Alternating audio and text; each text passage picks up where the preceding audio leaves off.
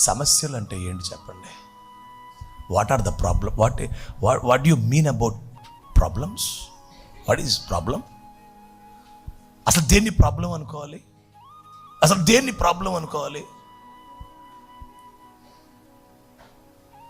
యోబు సమస్యల కంటే ఎక్కువైన సమస్యలు నాకున్నాయి అన్నోళ్ళు ఉన్నారా? అపోస్తలుడైన పౌలు కంటే ఎక్కువ సమస్యలు నాకున్నాయి అన్నోళ్ళు ఉన్నారా? ఒక్కటి కూడా పౌలు తన సొంతగా చేసుకున్నది కాదు.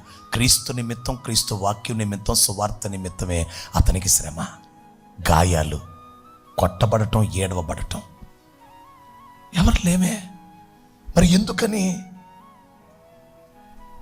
అసలు ఏ సమస్యల కోసం దుఃఖపడాలో ఆ సమస్యలు దాదాపు ఎవరి దగ్గర లేవు.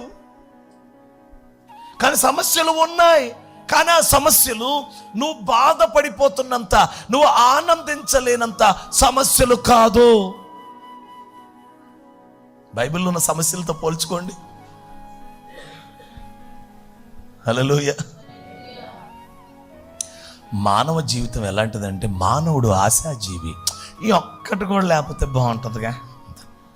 ప్రభు అంటాడు, సుఖ దుఃఖాలని జీవితంలో జతపరిచాడు. సుఖములో నువ్వు ఎలా స్పందించాలో, ఎలా స్పందిస్తావో, దుఃఖములో ఎలా స్పందిస్తావో ఆయనకి బాగా తెలుసు. ఈ సుఖము దుఃఖములో సుఖ దుఃఖాలను పెట్టుట వలన ఆయనకి అనుకూలంగా మనం స్పందిస్తామని, అనుకూలంగా మనం నడుచుకుంటామని మనకి దేవుడు సుఖ దుఃఖాలని ఏర్పాటు చేశాడు.